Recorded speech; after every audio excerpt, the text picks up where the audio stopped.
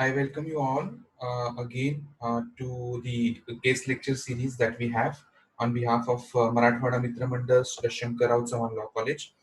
Uh, we have amongst us today Dr. Shilpa Santosh Sharma, presently working as an assistant professor in Symbiosis Law School, Nagpur, affiliated to Symbiosis International University. She has more than 12 years of teaching experience in the law subjects like environmental law, arbitration, contract, etc. She has presented numerous papers in international and national seminar and published articles in reputed journals. She has submitted her PhD on the topic environmental justice. She was appointed as the chairperson of Family Welfare Committee, constituted under the directions of Honorable Supreme Court of India, to inquire into the cases of cruelty under Domestic Violence Act. She was selected and participated as an Indian representative in Asian Development Bank's project held in University of Colombo, Sri Lanka. So I welcome on behalf of Marathwada Mitra Mandal Shankar Rao Chavan Law College. Due to the workload and the rest of the things, she could not able to make it live, and so she has recorded the lecture for the students of our college, and I'll be playing that video. If you have any doubt or the questions, you may mail it to me so that we can have the clarifications on the questions on your Telegram group. So now I'll start the video.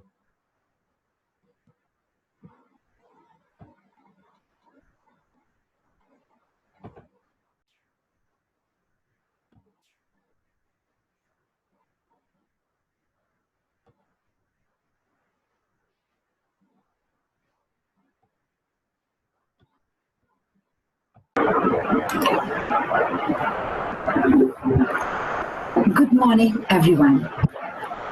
At the outset, I would like to thank Marathwada Mitra Mandal's Shankar Rao Law College, Pune for giving me this opportunity. I would also like to thank Bhau Sahib Jadhav sir, the executive president, for having a different visionary to run the college. My heartfelt gratitude to the pioneer of this college, Dr. Kranti Deshmukh Madam, for being the torchbearer for the students and educating them, students, through virtual platform, even in this COVID time. Ma'am, I've heard a lot about you, a lot about your dynamism, a lot about your leadership quality from Saurabh. Last but not the least, my thank goes to the versatile personality I have ever met with brilliant academic record, none other than Saurabh, who is a wonderful friend of mine and a beautiful soul. Thanks, Saurabh, for calling me and for inviting me here.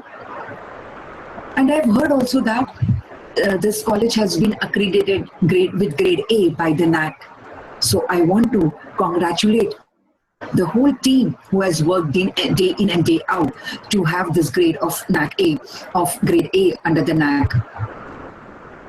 And somewhere I feel fortunate about the students, those who are studying and those who are listening to this webinar.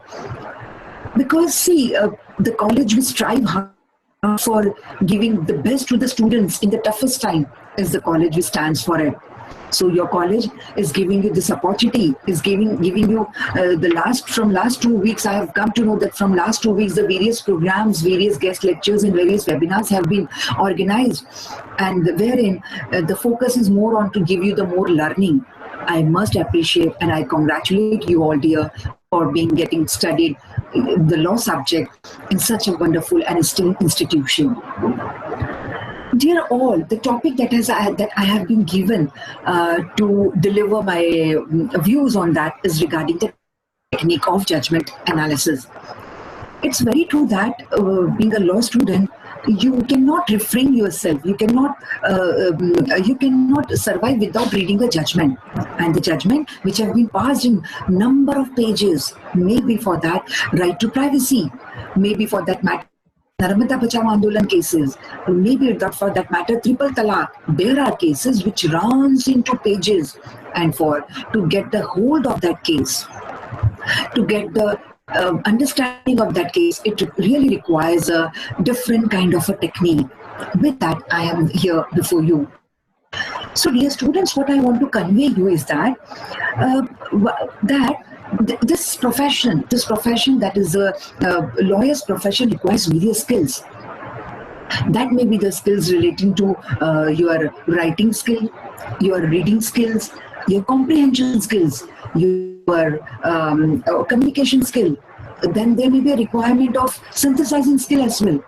But the most important will be the analyzing skill, a skill which can analyze the situations, which can analyze the legal problem before it, which can analyze the judgment before it, is the skill that is the required skill which is required under this profession. So, dear students, for that matter, the judgment analysis, there can be two ways by which you need to do the judgment analysis. That can be once you want to participate in that judgment analysis competition, there will be a case study before you, and you need to analyze it, and then you need to submit it with your analysis. And there may be the occasion where you need to read the judgment for your own clarity throughout your life. There are certain judgments which are so well known in your country that they are the landmark judgments. And to have the mastery over that landmark judgments, somewhere you need to analyze the judgment. And again, then you require a technique, which I'm going to share with you, will be really useful for you being a student, or maybe in the future, wherever you want to analyze the judgment. Analysis of everything, analysis of a legal problem, analysis of a given situations, it always requires a different kind of a skill. And for that matter, even analyzing a judgment also requires a different kind of a skill. So, dear students, your profession requires various skills. And all these skills are not easy to master, but yet they are not impossible as well. And to master them, 5 years of your journey in the law college, or maybe 3 years of your journey in the law college, can give you the mastery, because it is only the practice which gives you the skills to be honed by you. It's not that something that is born within you. Exceptions will be there, but still it requires a practice. So here, the question very first comes into your mind is, why do you require the judgment analysis? Why do we? Because the very first is that the judgment runs into pages. It runs into a number of pages, and the very first requirement is that you need to understand or have a hold of the case. See, if you are going into a court of law and you want to cite your case law, somewhere that judgment needs to be analyzed by you before, when you are submitting it before the judiciary. So, somewhere to have a hold on the case, to reduce that information into the format. Somewhere the 1,000 pages. Somewhere you have to come out with some gist of it, some outcome of it, which you can present and which you can can give it to the judiciary or to the other party in the court of law. So when you get a hold of how it is possible to have a hold on the case, to have the information which is running into the pages into a format, to grasp the problem faced by the judiciary. Somewhere you need to understand that also. Okay, in that particular judgment, what were the problems which has been faced by the judiciary, what were the issues that were there before the judiciary, and the relevant law that has been applied by the judiciary to solve the particular case, and how the court applied the rules and the ultimate outcome of that case. And that's why here you require the judgment analysis. There are challenges also, dear students. There are various challenges to this judgment analysis. For a very new starter, I mean, even for a law student, or even it is the biggest problem for the non-law student, that the very first difficulty is that when the judgment runs into pages. Then the second one is that even if you are a law student or maybe the fresher, you will find that, ma'am, the judgments have a different terminologies, have the different doctrines and principles, and somewhere we have not heard of it, and we are not able to understand them. That can be the second issue, more with the non-law student and with the law student, because if they are in the first or second year, they might not have gone through all the other laws, and even if you have, you cannot say that I am the master of all the laws, because it is impracticable to master all the laws, because day in, day out, the new laws will come in. If a client is coming to you with a new problem, that the problem, it requires some other law which you may not have studied in a law college 5 years or 3 years. So that will be a challenge before you. So somewhere the challenges are there before while we go for a judgment analysis or we go for a judgment reading, is about the number of pages. Then the non-familiarity with the language. The non-familiarity with the language, the doctrines and the principles. And somewhere the judgment have certain facts which are nothing but they are the repetition of the facts. The facts goes on repeating. You will see that in that judgment, you need to identify which are your essentials, which are the essential facts and which are non-essential facts. That is also a requirement. That is also a challenge while you read a judgment, right? I am able to tell you all these challenges because I was also one time a student like you. So when my senior used to say, just go through the judgment and let me know your opinion on the judgment, I used to find it very difficult. The same facts are repeated. How to bifurcate the essentials and the non-essential facts? The essential facts which will be important for my upcoming cases where I need to put that case law as that judgment as in case laws in that particular case. Then there may be then you need to see what is the ratio decidendi in that case given by the judiciary and what is binding and non-binding. As you all are aware that there is a reason of the decision behind a judgment. Judgment speaks a volume about what was the reason the judge has declared that judgment. And there are certain obiter dicta also wherein the judge has, by the way, has said during the process of the delivering of the judgment. That will be called as an obiter dicta. So somewhere you need to identify the ratio decidendi and the obiter dicta as well. So while reading the judgment, again, you need to identify, okay, this was by the way, this was not binding and this was binding, is again a challenge before you. Then interpretation also. Which law has been applied, how the court has interpreted the particular problem.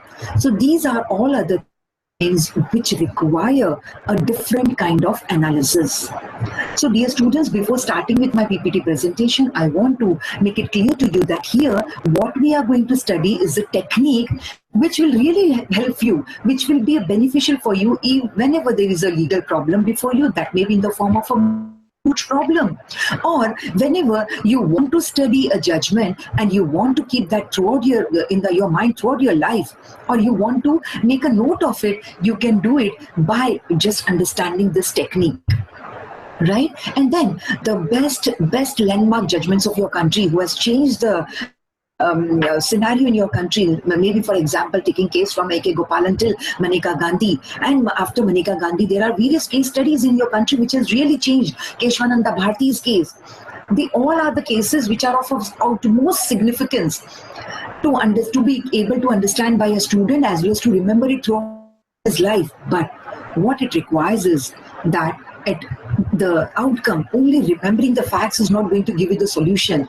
but remembering the evaluation and the analysis done by the judiciary is needed to be remembered by a student or by a law field, by a law profession. So ultimately, we will be trying to understand that with my PPT. So that I told you about the challenges that are there in the judgment analysis, but at the same time, if you accept such challenges, there are benefits also, dear students. No challenges there in this life, on this earth rather, which never gives you an experience, which never gives you a return, which never gives you a benefit. So same applies to the judgment analysis challenges. When you're going through the judgment, you face many challenges, as I have discussed earlier, but that challenges comes with certain benefits for you. What are the benefits? The very first benefit that you get after reading a judgment is that you get the language proficiency.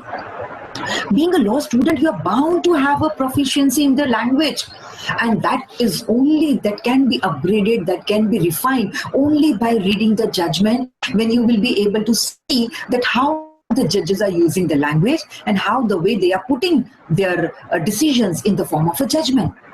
So the very first benefit of having this judgment analysis is that the language proficiency is definitely going to increase.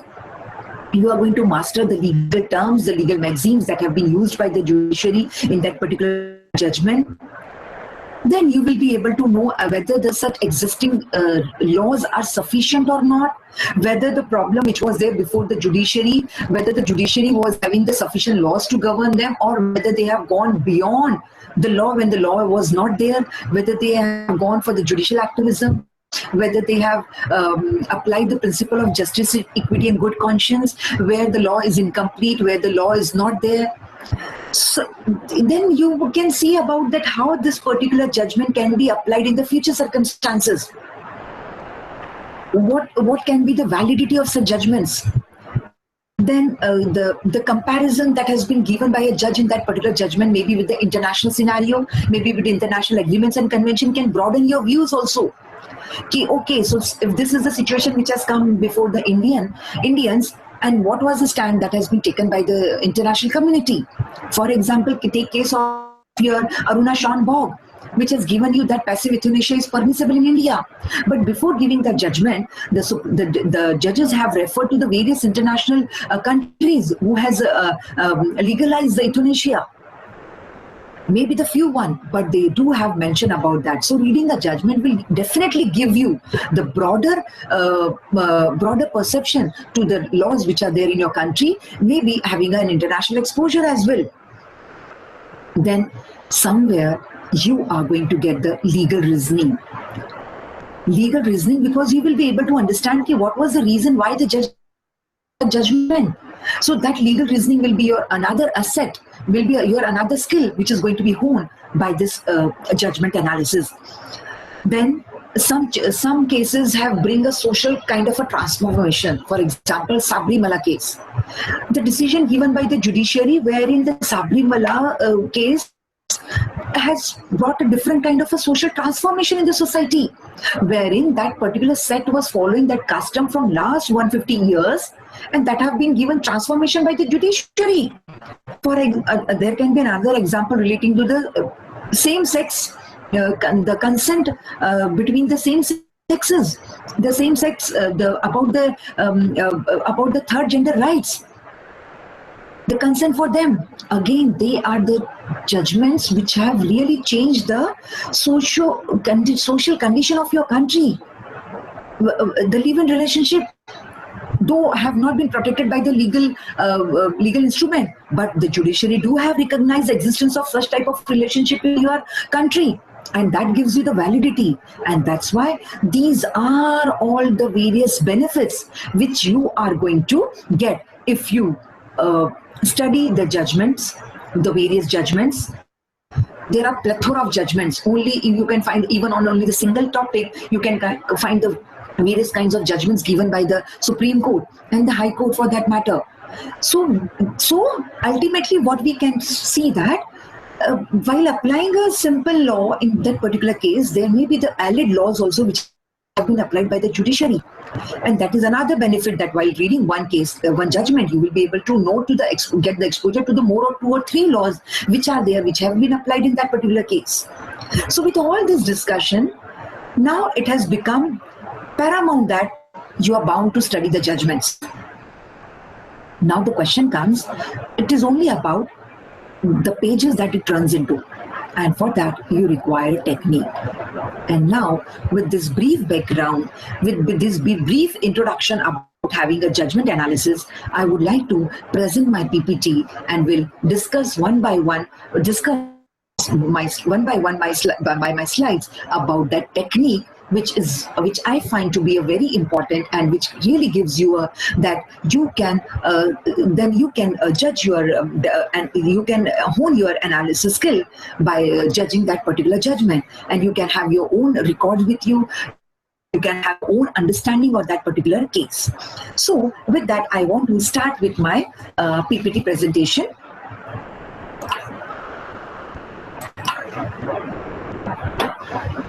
Just give me 1 minute, 1 second. I will be able to do that.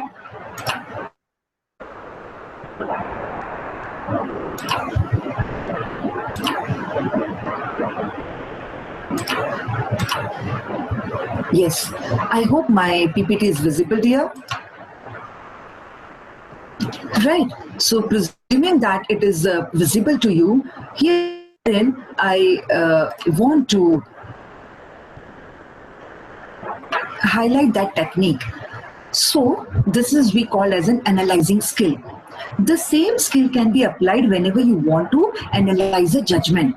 See, dear students, as a law student, whenever you need to participate in moot courts, and that wonderful activity that was not there before 2 decades, but now the kind of importance has been given to the moot courts in every law college is really appreciable, because that really hone your various skills while involving yourself in participating in only one moot court will give you the reading skill, will give you the comprehension skill, that is understanding, that gives you the communication skills, that gives you the analyzing skill. And that's why do participate in moot courts whenever an opportunity has been offered to you, maybe through your college or maybe through any other platform. So dear students, this particular analyzing skill is required by every person, most probably in the law field, and that can be done by the IRAC method. So now the question comes, what is the full form of IRAC? I must tell you that, dear students, that this such legal problems are almost and always, they are complicated here. And they are complicated, and that's why it becomes imperative to break down them into the facts and address them using a structured methodology. And this IRAC method is one such method. It provides a comprehensive analysis of a legal case. How? Let's try to understand for it going into the next slide. The very first slide tells you about the full form of IRAC, wherein I stands for issues that defines the relevant legal issue. So whenever a judgment is before you, or whenever a legal problem is before you, dear students, try to find out the issues involved in it. And usually you will get within the 2-3 paras of your judgment, you are going to get the issues that are involved in it. I hope you are clear about that. What are the issues? The issues means that the problem that is brought before the court, and the court is supposed to give the judgment on that particular aspect and that particular issues. When we talk about issues in the civil matters, we say that under the criminal law, we say that the charges are there. Right. So to define the relevant legal issues. So somewhere when you are coming before the court of law, whenever a judgment is passed, you will see that there were some issues were there before the court, on which that issues the court have given its judgment. So whenever you have a judgment before you, try to find out the issues involved in it. So in your diary, in your note, you can write issues. So after reading, maybe in the first or second pages, you will be able to find out the issues that are involved in it. What it happened that even if the facts are evident, what is more important is that you must have what are the relevant issues and what are the non-relevant issues. The same things apply when a client comes to you and he narrates the whole story before you, how the cause of action arose and how the matter comes before it and all that. But somewhere, what is more required is that what will be the more important point for a lawyer to put it before the judiciary. And then he has to left behind what were the other story that has been told by the client. Same will apply in the case of issues, that you need to identify the relevant issues and you have to leave the irrelevant issues. So somewhere, this will tell you who and how he did it and why. So that you will be able to who did the legal problem, who the judgment. In that judgment, you will find out the issues. So who brought the matter to the court, why he brought the matter before the court, and then who and how he brought the matter, how the case has come before the court of law. And while answering this too, in reading the judgment, when you find out, okay, who, you will be able to know who has come before the court. And then finding how manner, how the case has been filed, why the cause of action. So that will give you this identification of issues, that is who and how, is definitely going to give you the answer for why part of the problem. And then this issue is going to give you why this issue has come. And now, what do you want from the court? So somewhere, first you need to, whenever a legal problem is before you, whenever a judgment is before you, try to identify it with the issues. So first, whenever you start reading with the judgment, try to find out the issues that are involved in it. right? I stands for issues. Another is the relevant law.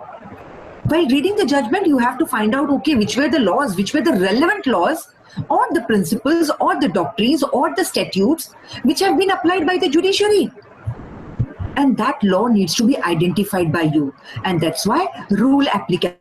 We can say it as a rule applicability. We can say it as a relevant law which were made applicable by the judiciary. So issues, relevant law. And then after getting, so this relevant law can give you the which law was applied by the judiciary. And then the third will be application of issues with the relevant law will give you the that outcome, that is the analyzing stage. So somewhere in the third IREC method, A stands for analyzing the case. So analyzing the facts in the light of the law. So what were the issues? They were nothing but you have identified the issues, that is you have identified, analyzed the facts, and that facts needs to be with the application of law. In the light of the law, both the things have needed to be mentioned in the third stage, that is the application of the facts. How the facts has been applied with the law.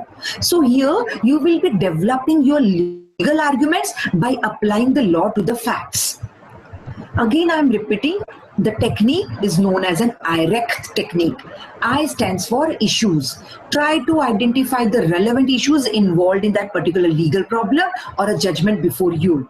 After identifying that issue, you need to identify the relevant laws, the doctrines, the principles, the statutes that has been applied by the judiciary in that particular case. And then the third will be apply to the facts, and then whatever you have gathered under the issues and the relevant law, that needs to be analyzed the facts in the light of the law in the third category. And that's why this is the most important part of the answer of the technique, rather IREC technique. The rules identified in step 2 must be applied to the issues of the problem. Precedents can be established from previous legislations. Evaluation of circumstances surrounding the case needs to be applied in this third category, wherein you can give emphasis to the jurisprudence, you can give emphasis to the various doctrines. Somewhere you will be connecting the facts with the law, and you will be analyzing, and you will be supporting. You will be supporting to the court.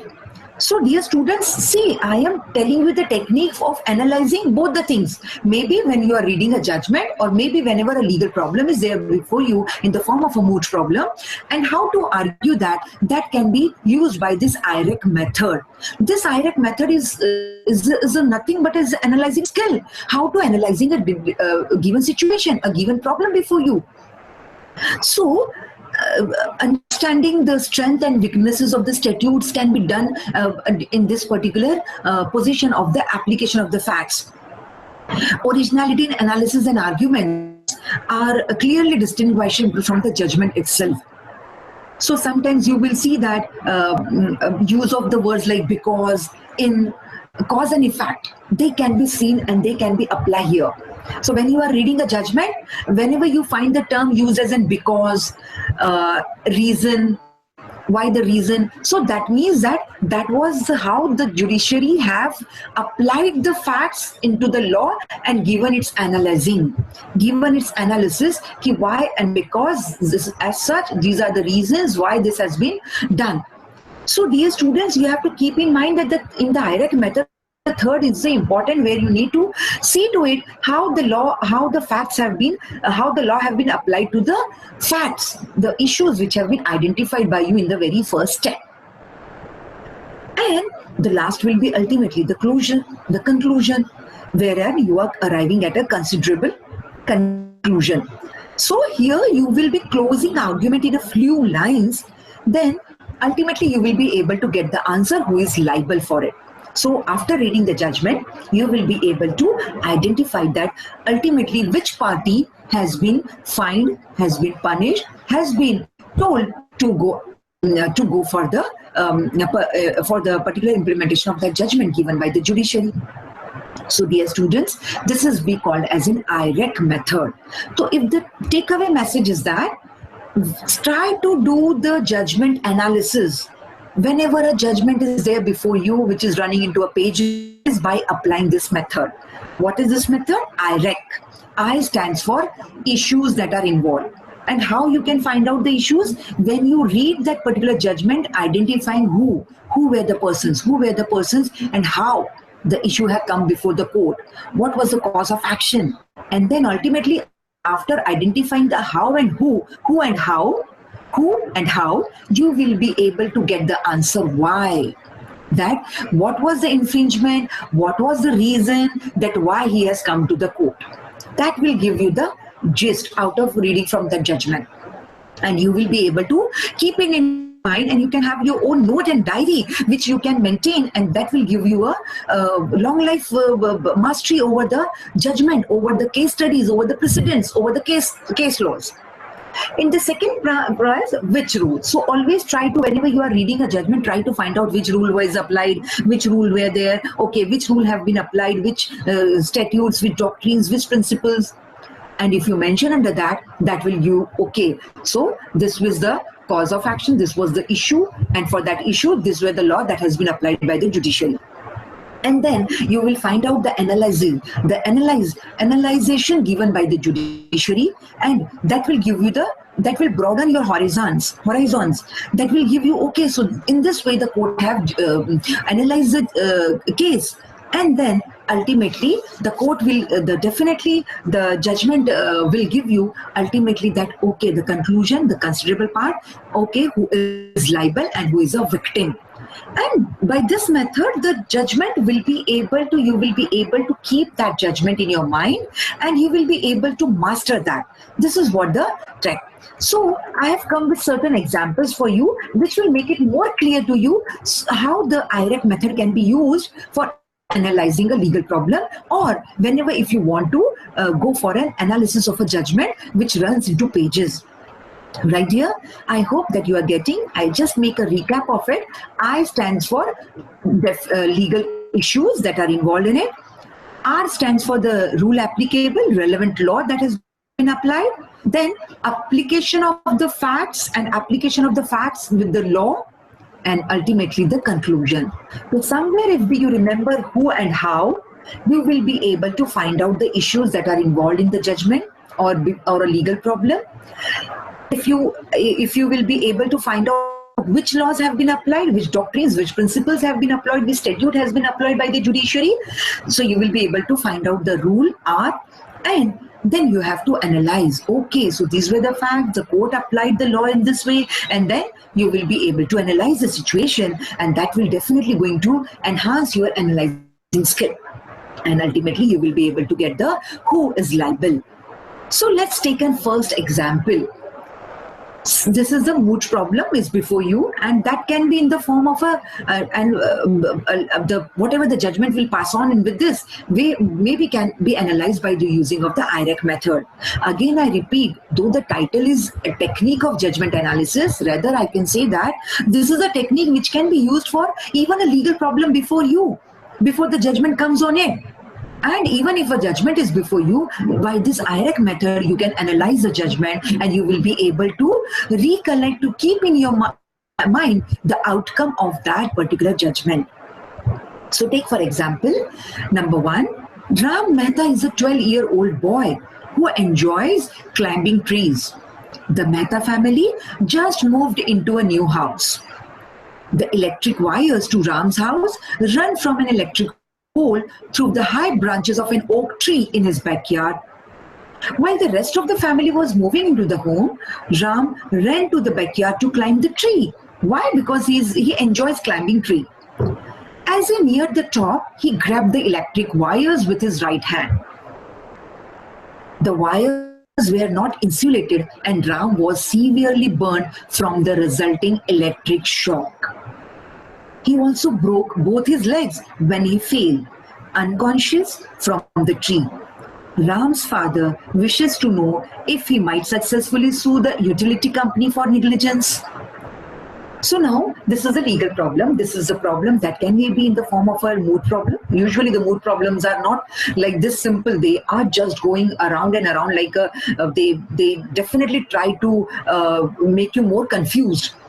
But that mood problem can also be resolved by this formula of IREC analysis. Right? So this is the example before you. So obviously, if you go through it, somewhere you find that who was negligent. There was something wrong. What was the cause of action? That the Ram got seriously injured. By what? By which act? By the negligence. Negligence by whom? By maybe the utility company. Why? Because they have not insulated the wire and they were lying near the tree and the Ram. So the issues that can be framed out of this problem is, was the utility company negligent in running an uninsulated electric wires through a tree which injured Ram Mehta while he was climbing the tree? That can be an issue. That is an issue here, because somewhere the issues need to be given in the when the judgment is going to be passed on, the issues need to be answered in that judgment. So now the question is that Ram's father is asking you whether my son can get relief or not. So ultimately, we need to frame the issues in this way. Was the utility company negligent in running an uninsulated electric wire through a tree which injured Ram Mehta while he was climbing the tree? So yes, this was the issue typically in that particular case. Then for a negligence, which is the law before you? Tort law. So rule of law will be negligence is the failure to exercise reasonable care to avoid injuring others. So you will see that you will apply the tort law, which talks about that you have to be very careful. If you are not careful, you can call for negligence. So same is what with the utility company, you will find that they were negligence. Then how you are going to apply the rule to the facts that has been identified by you in the issues, right? So how you are supposed to frame your application of law, how you are supposed to put, or how you are supposed to read the judgment. So uninsulated electric wires are extremely dangerous to anyone who might come into contact with them. A utility company is expected to use reasonable care to protect bystanders from electric shock from its wires. Insulating the wires would have prevented the injury to Ram. It was reasonably foreseeable that adventurous children like Ram would climb trees and come in contact with the electric wires. The utility company violated its duty of care to protect against injuries to children who climb trees, such as Ram Mehta. And this is what you call that you have tried to combine the facts with the rule, and given your analogy, given your analyzing to that, how the facts require the law to be properly implemented and give the decision in the favor of the facts that have taken place. And the conclusion, yes, the utility company is liable to the Mehta for causing Ram's injury. Dear students, here again what I'm emphasizing is that the example I have taken is like in the form of a legal problem before you, and how you can analyze the legal problem. And the same will be applicable in the case of a judgment. So whenever you are reading a judgment, try to analyze the judgment using the IREC method. Try to find out the issues that are involved in that particular judgment. Try to find out the rules that have been applied by the judiciary in that particular case. And then try to find out the analogy, the ratio decidendi given by the judiciary in that particular case, and then the ultimate, to whom the judiciary made liable. And by doing this only, you will be able to find out. See, it's not compulsory that if the judgment is running in pages, the whole pages are having a different, therein sometimes you will find that the repetition of facts are there. So somewhere you need to segregate them, and that can be done by using this IREC method here. And that's why I consider that this method is very important for every law student, for even a judge, for even a law teacher, for even a person dealing with even a lawyer, to understand this method. And this method can be used to have to all the informations that are there in a judgment, to make it bring down into a format, and that format can be IREC. So you can maintain your diary, you can write it down the case study, You studied, then what were the issues that were involved, then what were the rules that have been applied, and then analysis of that particular case, and ultimately what the decision the court has given. And that can give you a ready-made or a handy or a trendy case laws judgment analysis with you on the top of it. And that will definitely going you to give the broader interpretation, the broader version of understanding the nuances of the various judgments. In our country, you will find that there are various cases.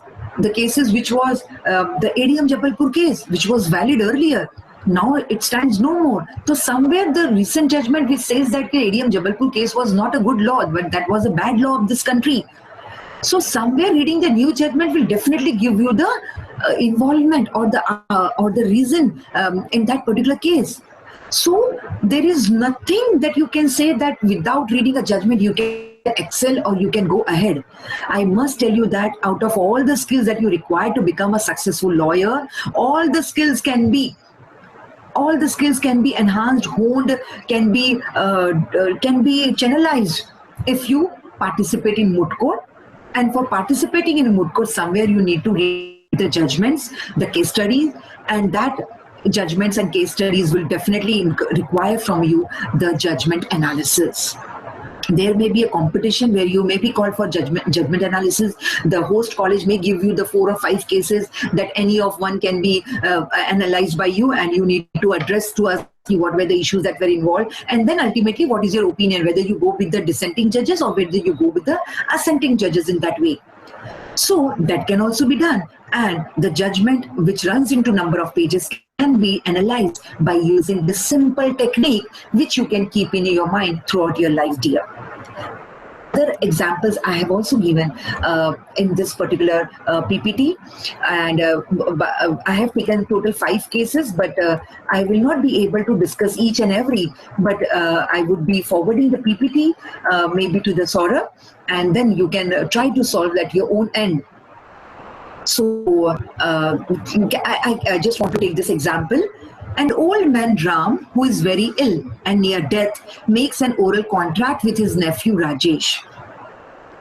The terms of the contract are that the uncle will immediately give his nephew all of his life savings, rupees 10 lakh, in return for the nephew's promise to provide food and shelter for the old man until the man dies.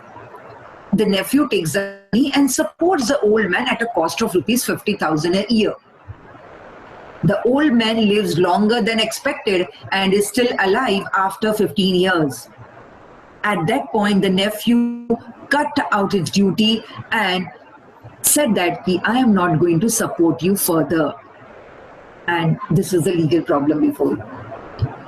So just think over this problem before looking at whenever I'm going to send the PPT before, and the PPT will be sent to you. Before that, try to analyze on your own basis. Okay, what were the issues that were involved? What were the laws that will be applicable under it? But it's kind of a oral contract. Then which kind of a contract under that it will be applicable? Then what were the rules, and what kind of an application? What kind of analyzing can be put forward by you when you have read the facts, and when you have identified the issues and identified the law which will be applicable in particular case, and then ultimately what can be the conclusion. So dear students, I take this opportunity that I want to finish here because of the time limit, and I really wish to be before you when I want to be in the physical, but the time that has been but the day with what has been allotted to me was not at all feasible for me, and that's why I advise that I can go for a recording of this particular topic. So you can feel free to contact Saurabh for any matter. If you want any clarity on this particular topic, I will be happy to reply through mail, and I would like that you should master this practice. And this is not going that I have told you and you will be mastering it in one day. Somewhere it will require the practice from your side. Then only this technique will be useful for analyzing any judgment. Right, dear students? See, this profession is where you can touch the sky. This is the only profession where you get that for one hearing, a lawyer can charge for rupees 20 lakhs. So for this profession is that, and I want to recommend you that this is a wonderful book. I hope that some of may be aware of this book is of the Rebel, a biography of Ram Jethmalani. Do read if you get an opportunity. Do read this classic book. Somewhere you will find that the heart of success in the legal profession is industry and hard work. It is mean for people who are capable of extreme hard work. There was once a bright young lawyer who went for his first interview. Senior partner asked him how many hours of work he could put in. The young lawyer tried to strain the truth as much as possible and said, "About 10 to 12 hours, sir." The old man glared at him and said, "Young man, I am twice your age and I minimum of 22 hours a day." And that was none other than Ram Jethmalani, sir. So, this is what, my dear student, this profession demands a kind of a different passion, a kind of a different industry in you, a different kind of a extreme hard work in you, and different skills as well. So with that, I wish to end my lecture over here, and I hope I did justice something to with the topic that has been allotted to me. And if there is some mistake, if the clarity is not there, I want to convey my sorry for the same and would like to have your questions through mail through Saurabh. So once again, I thank the organizers, I thank the Saurabh, I thank the dynamic lady under whose leadership the college is getting such kinds of platforms, the students are getting such type of exposures. A big thank to all of you for giving me this opportunity, but I really apologize for not able to be live. But I tried to present, to share this technique with the students for the better understanding of this field. And with all that, I wish you all a best future, good luck for your future, and namaste for the time being. Thank you so much.